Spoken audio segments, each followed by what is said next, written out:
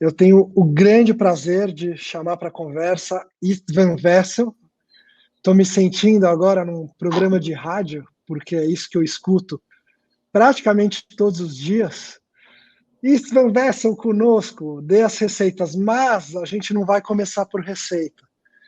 Porque quando eu liguei para você, Vessel, para alinhar como seria a nossa conversa, falei, olha, vai estar perto da hora do almoço. E será que você não passa, então, a receita, os segredos, né, de fazer um hambúrguer perfeito?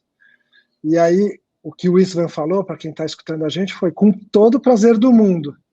Mas deixa eu te contar que há poucos meses eu fui na USP, quando a gente ainda podia se encontrar e trocar germes com as pessoas, e dei uma aula sobre inovação. Porque a Vessa é uma empresa de 60 anos do Brasil, 62 talvez, e o que o Istvan falou é que desde o começo, desde que os filhos dele nasceram, falou, olha, essa é uma empresa que a cada 5 anos se transforma 100%. Então, já pensem nisso se vocês quiserem ser meus sucessores. Vocês vão ter que continuar fazendo isso. A cada 5 anos, só sobra o CNPJ e o nome da empresa, que é um nome que carrega muita qualidade, é para não mudar nunca mesmo. Então, Istvan, bem-vindo, e eu já te passo a palavra, pedindo para que você conte, para mim e para quem está ouvindo, é hambúrguer. Como que você inova tanto dentro do hambúrguer?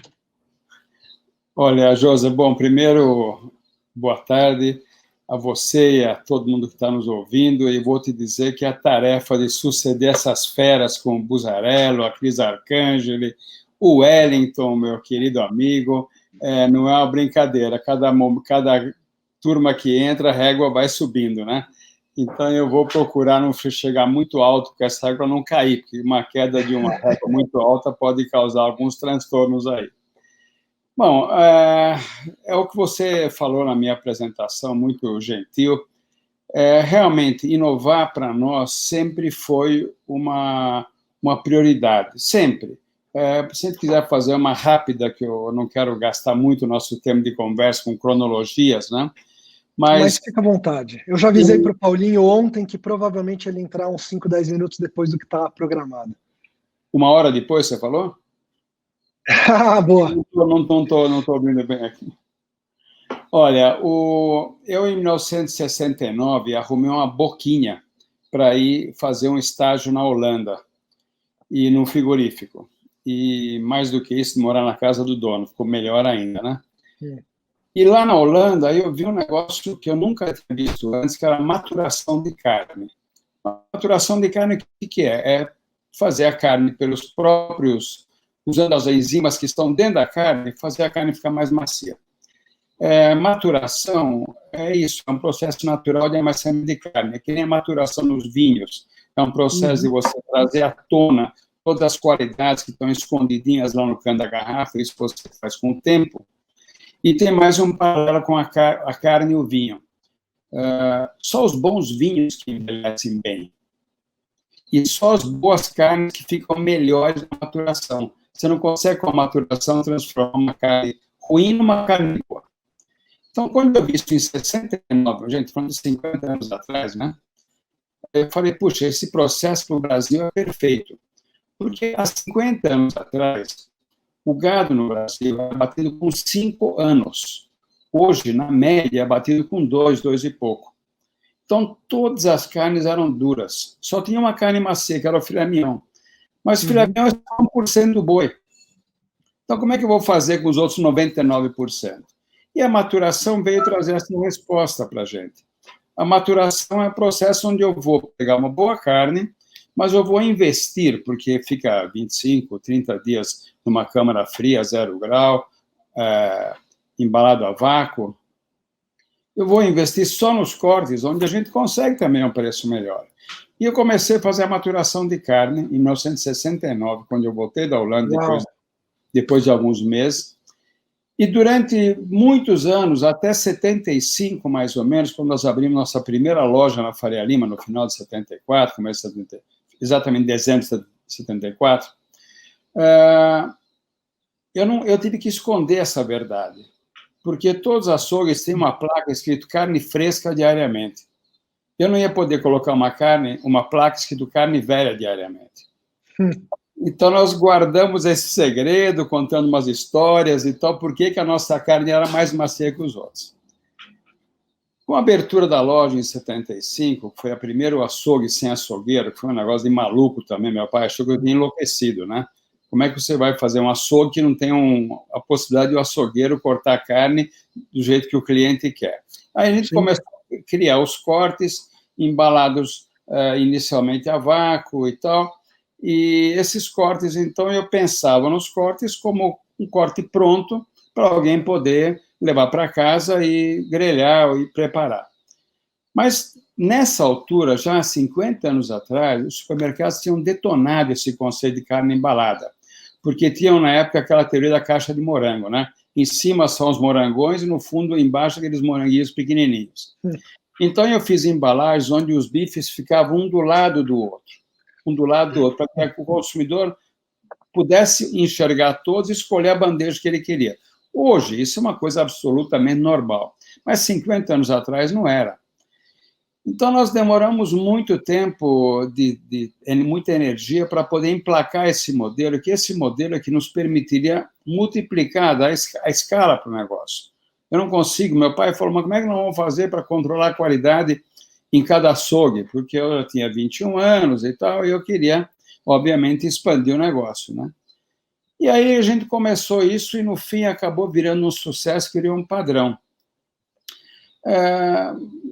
Alguns anos depois, eu, numa viagem à Itália, vi o carpaccio.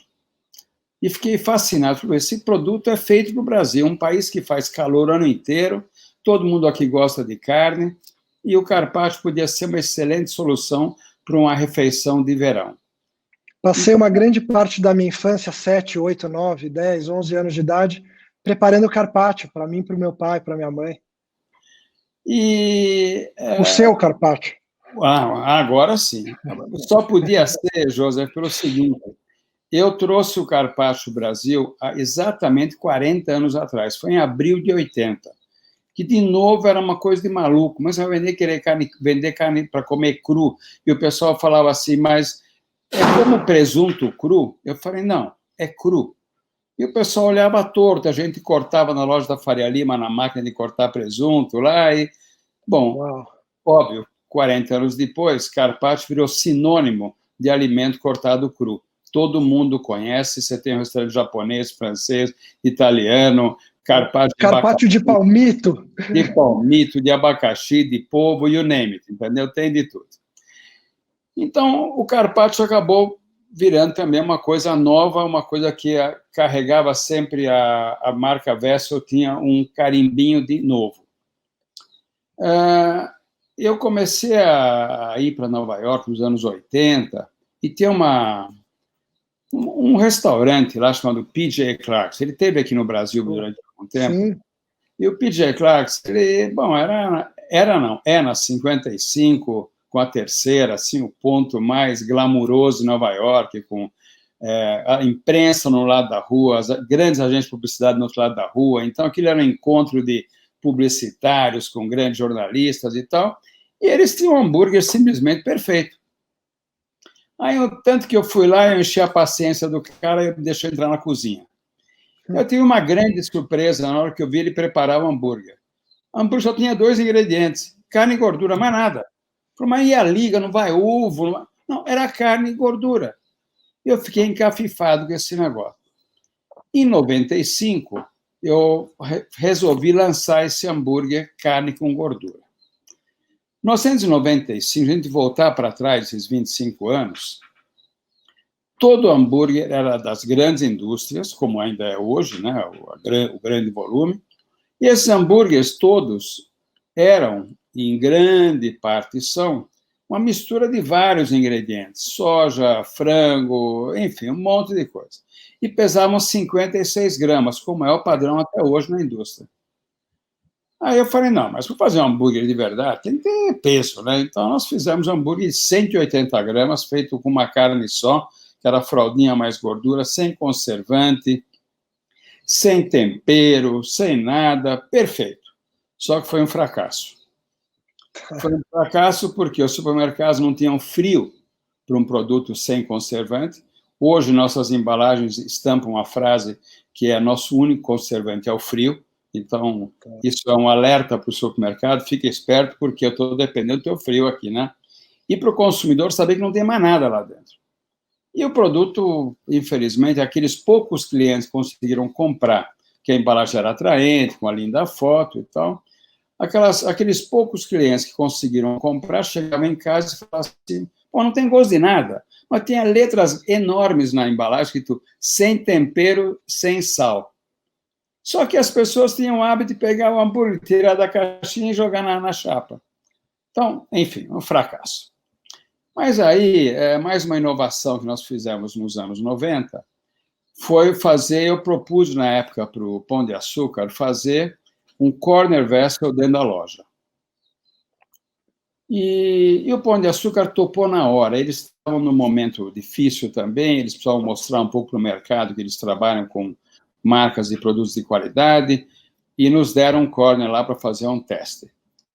E esse negócio deu tão certo que em poucos anos, acho que 2 ou 3 anos, já estávamos em 20 lojas do Pão de Açúcar. Quando o Pão de Açúcar abriu uma loja nova, naquela época foi uma época de grande expansão, a loja no planograma já tinha o corner vessel. Então, nós começamos a ter um promotor, na época eles chamavam vendedor, um promotor de vendas nosso na loja, e quem fazia a supervisão era minha esposa, a Sônia. Ia nas lojas e ver como é que estava a exposição, a temperatura, ela com o termômetro lá, enquadrando meio mundo lá quando a temperatura não estivesse de acordo, né? E ela falou: olha, nós já podíamos lançar aquele nosso hambúrguer, aquele que deu errado, que agora já tem promotor, tem freezer nosso e tal, já dá para a gente fazer isso. E em 2000, lançamos rigorosamente o mesmo hambúrguer de volta no supermercado. E o que aconteceu nesses 20 anos? O hambúrguer tomou conta da Vessel. A Vessel cresceu 10 vezes de lá para cá, e o hambúrguer hoje é 70% da empresa. Que animal. Então, mas foi sempre tentativa e erro. O Buzzarello falou uma coisa muito bacana. Eu preciso te dizer o seguinte: eu entrei umas 9h30, mais ou menos, para dar uma olhada no jeitão da live, e estou até agora sentado aqui. Né? Que bom ouvir isso. O Buzzarello falou que ele acorda todo dia com um não e vai buscar o seu sim. E o que eu sempre falei para os meus filhos, muito nessa linha, é que dentro de todo não tem um pequeno sim escondido em algum lugar, tem que ir atrás.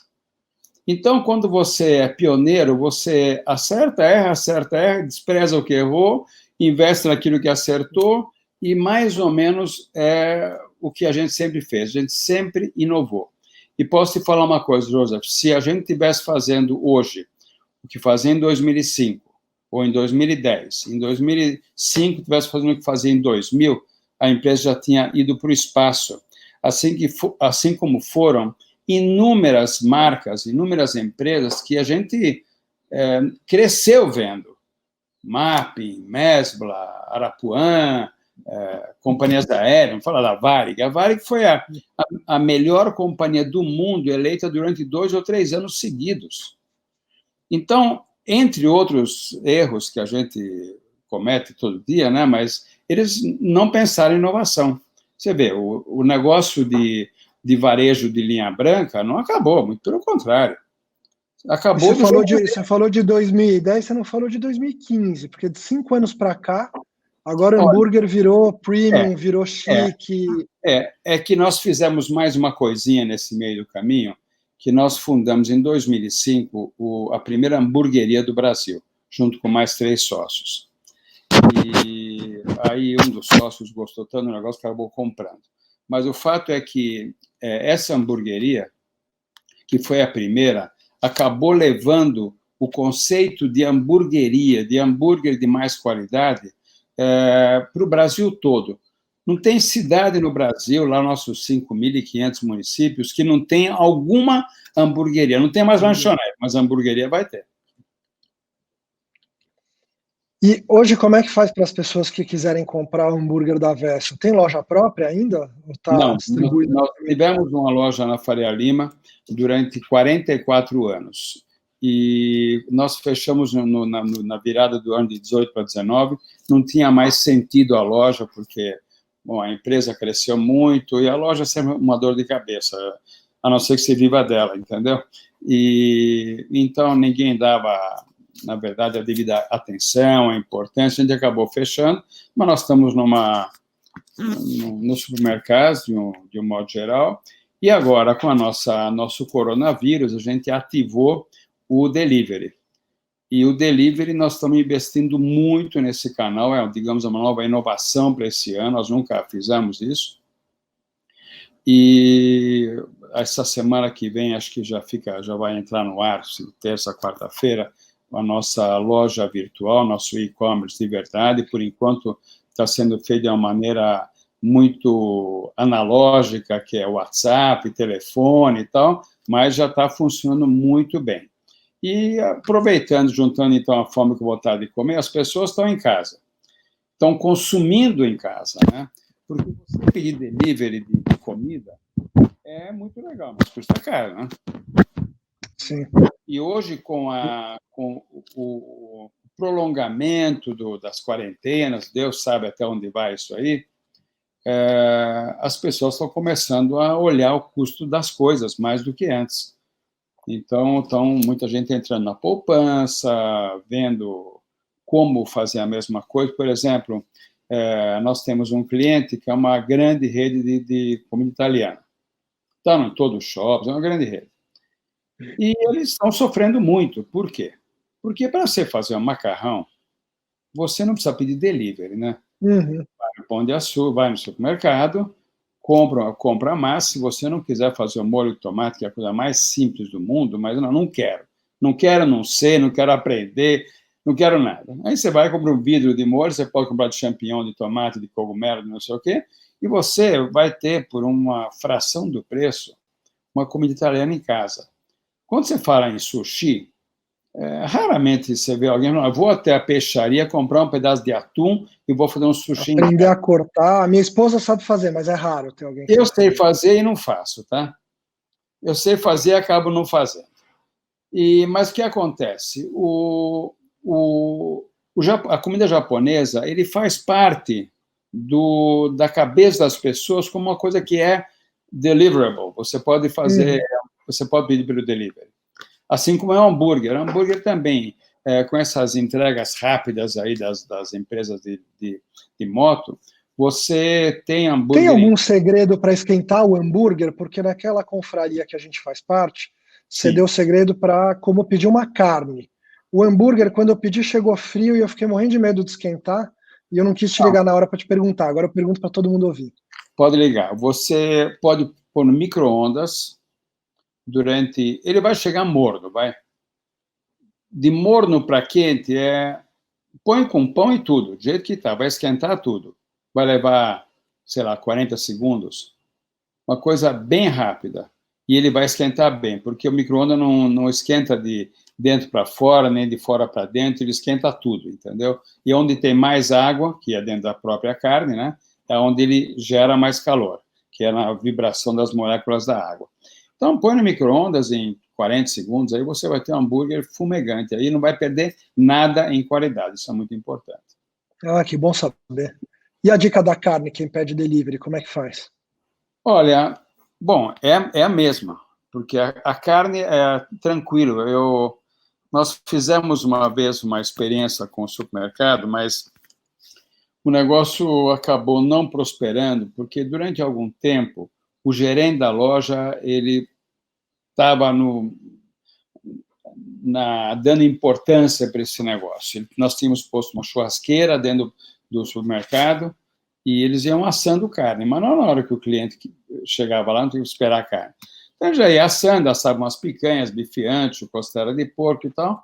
Você levava para casa, põe no micro-ondas, tira da embalagem, põe no micro-ondas e você cobre em geral, a gente cobre com um guardanapo, só para não espirrar muito dentro do micro-ondas, não tem outra função o guardanapo. E uma peça de picanha leva uns 3 minutos, que você comprou, está morninha, em 3 minutos ele fica perfeita. A única recomendação, se você pede um delivery, você pretende dar uma aquecida nele para ele chegar no prato fumegante, pede sempre mal passado. Porque durante o tempo de micro-ondas ele vai cozinhar um pouco lá dentro. E para carne, ponto é igual a temperatura. Então, se tem 52 graus, está ao ponto.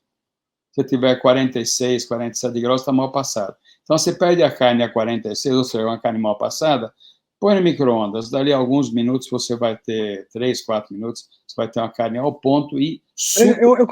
Eu coloquei 1 minuto e meio, acho que você tinha dado a dica no grupo. 1 minuto e meio, talvez porque é um pedaço menor. Claro, o micro-ondas ele funciona, ele é um instrumento maravilhoso, precisa saber usar. Quanto maior a quantidade de volume lá dentro, de peso, né, ele vai demorar mais tempo. Então, se você pega um bife ancho, em 1 minuto está bom. Um bife ancho em 1 minuto está bom. Tá, desde que você peça ele mal passado, se você for pedir. Muito bom. Isso assim, acho que todo mundo pôde perceber, eu quis dar alguns minutos da nossa conversa para perceber que você é uma pessoa que põe muita alma e muito amor no que você faz. Não é à toa que o posicionamento da Wessel é o posicionamento que existe. Quando muita gente fala, vou comprar um hambúrguer, eu escuto, puta, peraí, tem que ser Wessel, esquece. Tipo, nem tenta comprar outro. Ou seja, você focou na tua carreira, que eu te perguntei se podia colocar na landing page do evento de inovador, saque, açougueiro, né? E dá para perceber se você gosta de saber a temperatura, o ponto. Você é quase um livre docente na questão da cozinha, mas você também participa da vida de uma forma muito mais ampla. Você tem o que eu chamo da anticarreira, né? Você tem um portfólio de trabalho. Eu escuto sua voz no rádio quase todo dia. Como que isso aconteceu e o que faz parte da tua anticarreira? Olha, o rádio faz parte da minha vida há 25 anos. Aliás, eu não sei se a Cris Arcangeli lembra disso, mas nós éramos colunistas na Rádio Eldorado nos anos 90. Rádio Eldorado era a grande rádio bacana aqui de São Paulo, né? E ela gravava no estúdio, eu gravava no outro, mais ou menos na mesma hora que era a hora do almoço da quinta-feira, né? Eu gravava uma vez por semana e acho que ela também. E ela vinha com texto escrito. E eu ficava fascinado de ver a Cris Arcangeli lendo, porque ela lê com uma fluência, é uma coisa maravilhosa. Eu sempre fui péssimo para ler. Para ler um texto e gravar, eu sempre fiz muito bem o improviso, como a gente está fazendo agora, mas se você me dá um texto para ler, no meio eu vou dar uma engasgada. Ela não, aquilo lia que parecia uma coisa mais suave do mundo.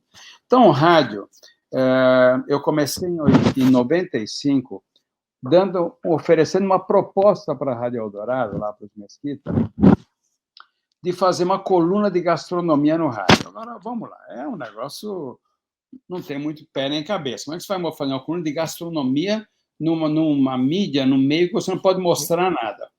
Sim. Eles falaram, bom, tudo bem, você quer fazer, está aqui o microfone, o estúdio, não me dá, ninguém me falou nada, como é que faz, como é que fala, como é que pauta, como é que nada. E aí eu falei, bom, vamos ver, né? Vamos experimentar. Então eu ia lá nas quintas-feiras e gravava 5 boletins da semana que vem. E assim foi durante quase 10 anos na Rádio Eldorado. Aí depois eu saí da Rádio Eldorado, falei, bom, vou tirar uma folguinha, porque tinha que ir toda quinta-feira lá, enfim. E aí estavam fundando a Rádio Band News FM aqui em São Paulo. Vai fazer 15 anos agora, nesse mês de maio. E fiquei de 95 a 2005, mais ou menos, quando foi fundada a Rádio Eldorado. E o pessoal da Bandeirantes, né, a Band, né? O pessoal da Band me convidou, porque alguns eram egressos da Rádio Eldorado e tal. E o Marcelo D'Angelo, que era da Eldorado, foi um dos fundadores, junto com o André Luiz Costa, da Band News FM. Você não quer fazer a coluna? Quero, claro, vamos lá, né? Coisa nova é comigo mesmo, né? Professor, tem um detalhe, eu quero que você faça ao vivo. Eu falei, bom, como ao vivo? Não, a gente liga para você 5 dias por semana, na hora do almoço e no final da tarde, e você vai fazer a tua coluna ao vivo. Falei, caramba, ao vivo, você sabe como é que é, né? Você não pode bobear com ao vivo, né? E aí, nesses 15 anos, vários jornalistas, vamos dizer, contracenaram comigo na Band News FM. Virou uma coisa, em primeiro lugar, é um momento de tranquilidade, de relaxamento do meu dia. Não teve um dia com coronavírus, com nada que eu não tivesse participado da programação da Rádio Eldorado, da Band News FM, lembrando da Eldorado, da Band News FM, e nunca levando para o ouvinte uma visão pessimista. Vamos aproveitar, fazer do limão limonada, e vamos fazer um bom prato, aprender a fazer alguma coisa.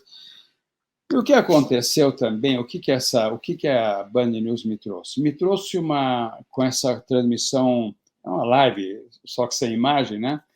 Diária, durante 15 anos já, é que eu interagi durante esses 15 anos com gente muito jovem, o que é uma maravilha. Então, eu passei a fazer parte desses jovens, que são os jornalistas da rádio. Muitas das jornalistas começaram sendo minha produtora, aquela que me ligava assim, falava, olha, Bess, tá ok, tudo bem? Vamos ligar daqui a 2 minutos, tá ok, tudo bem. Ela é produtora, hoje ela é âncora na CNN. São duas, não é só uma, não.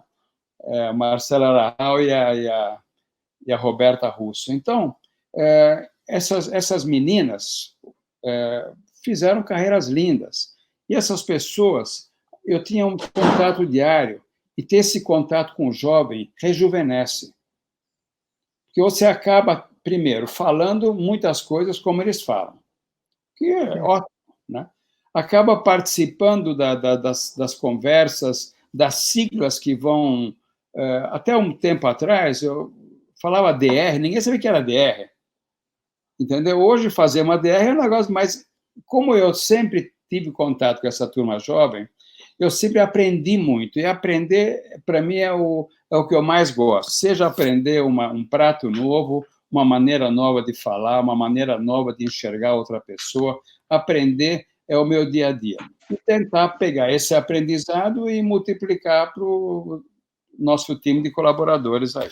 Que legal. Falando em aprendizado, você me deu uma aula no nosso call de alinhamento, porque quando eu perguntei quem quiser comprar os hambúrgueres para preparar, tudo bem que está em cima da hora, tal, mas é isso, né? Novidade, fazer as coisas acontecerem rápido. Talvez alguém tenha já no congelador o hambúrguer da Vessel, a gente tem, tá?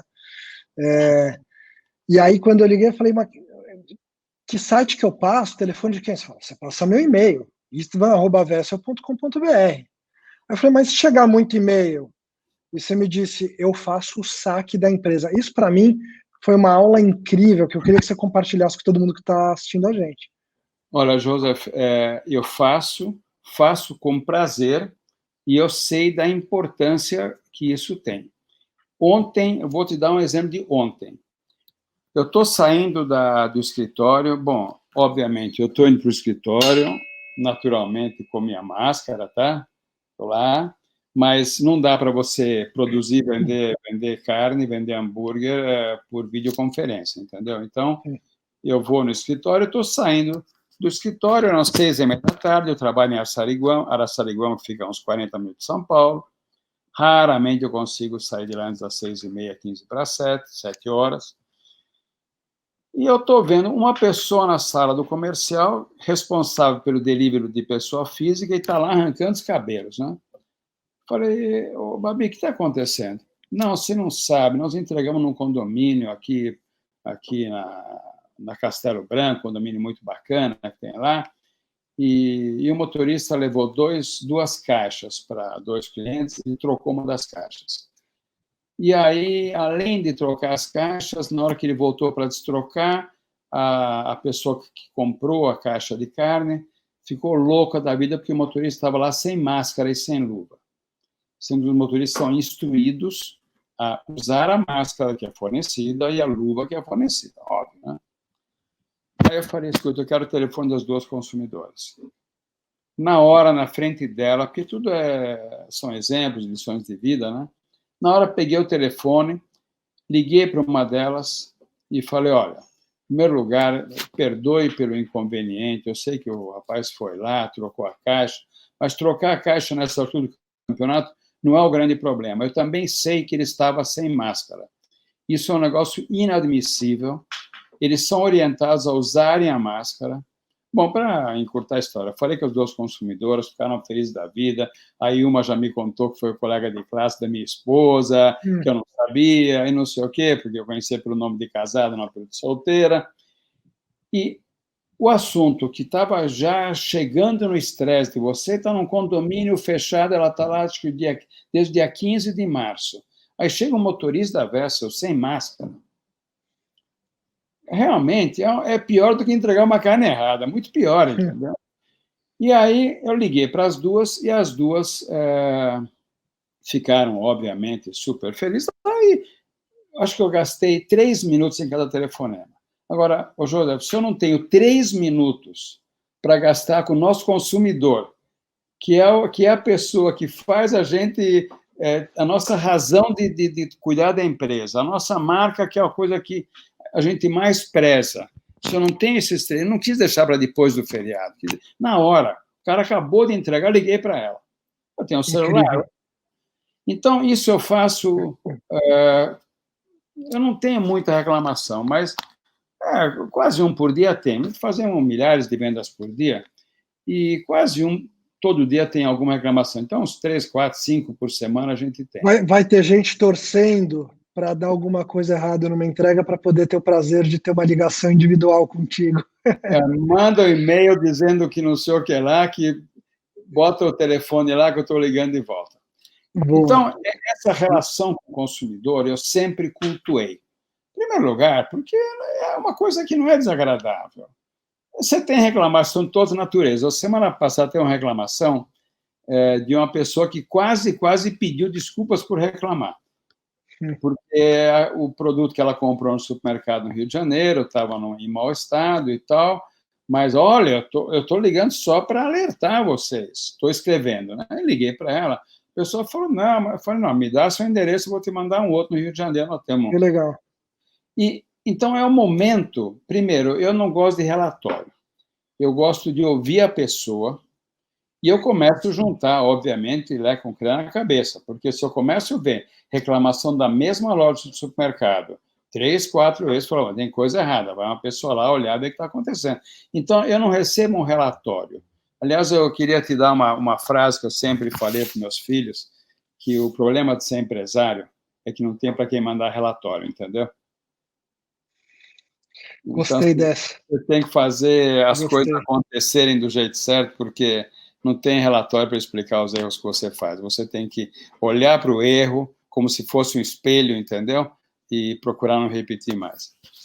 Isso é uma conversa, como todas, está maravilhosa, mas eu preciso começar a encaminhar ela para o final. Minha barriga está roncando, literalmente, e a gente vai convidar o Paulinho para tocar.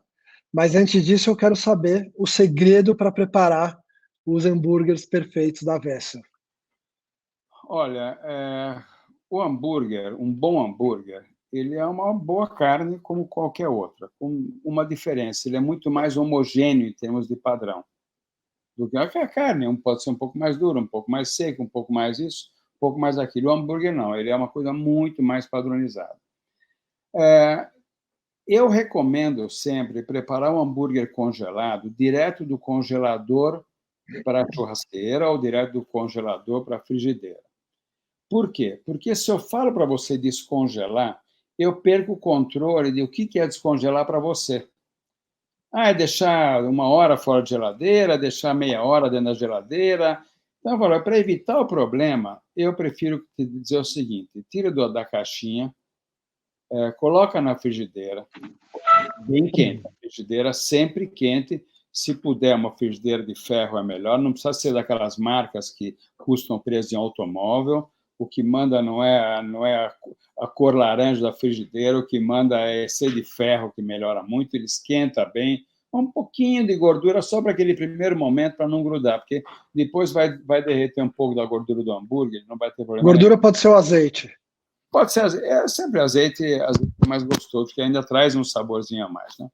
Aí você põe o hambúrguer, põe sal grosso por cima, uma pimentinha do reino, que é o pimento do reino, é uma combinação perfeita para grelhados e assados. E por baixo, onde ele está encostado na chapa, não tem sal nenhum, porque o sal não vai grudar na carne, principalmente sal grosso, né?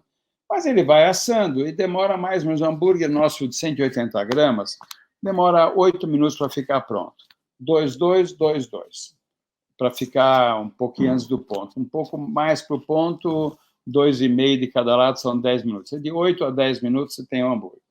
E aí, quando você vira, você coloca sal grosso no lado de baixo. Só que esse lado já está meio grelhado, meio derretido. Ele vai direto do congelado para o grelhado. E aí já tem suculência. Você joga o sal grosso por cima, aí ele começa a derreter o sal e penetrar na carne e levar o sabor para dentro.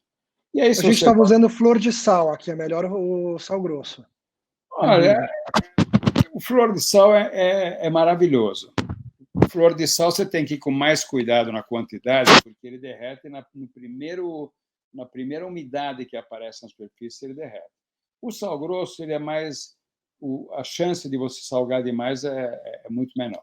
Mas, obviamente, o flor de sal é sempre um sal mais amigável, né? E aí está pronto. Agora, a carne ou hambúrguer não pode esperar. Você pode esperar, a carne não pode, porque a cada minuto que passa ele começa a perder qualidade. As gorduras começam a endurecer e tal, e ele perde qualidade. Então, está pronto, serviu. É que nem soufflé, não dá para ficar esperando o soufflé ficar pronto e você buscar as pessoas para comer, porque ele vai lá e murcha. E a carne também perde a qualidade. Então, é fazer direito e servir na hora. A gente sempre, só para terminar, José, a gente sempre brinca na Vessel que o nosso negócio é que nem motel, viu? Nós fazemos a metade, o resto é com o freguês, viu? O resto está com a gente. Então, eu preciso que você, o nosso consumidor, o nosso restaurante, faça a parte dele, porque a nossa só faz a metade. Perfeito. Olha, muito, muito obrigado por ter aceito o convite. Foi uma coisa interessante. Provavelmente meu pai está assistindo a gente. Pude reunir vocês depois de sei lá quantas décadas que vocês não se falavam. Muitos e muitos anos. Olha, realmente, se ele está nos ouvindo, eu quero mandar um abraço carinhoso para o Isaac, porque, olha, realmente há muitas décadas que eu não falo com ele. E ele, no e-mail, na mensagem que nós trocamos depois da nossa conversa, ele lembrou de coisas de 50 anos atrás. A memória está boa. Que legal. Muito obrigado por estar com a gente. Agora eu convido o Paulinho e vou preparar um hambúrguer. De verdade, nosso almoço vai ser Vessel. Eu vou mandar a foto na nossa confraria, você vai ver. Muito obrigado, José. Foi um prazer muito grande e foi um prazer assistir e participar dessa manhã inteira de entrevistas. E à tarde tem mais, né? Boa. Um abração para você. Boa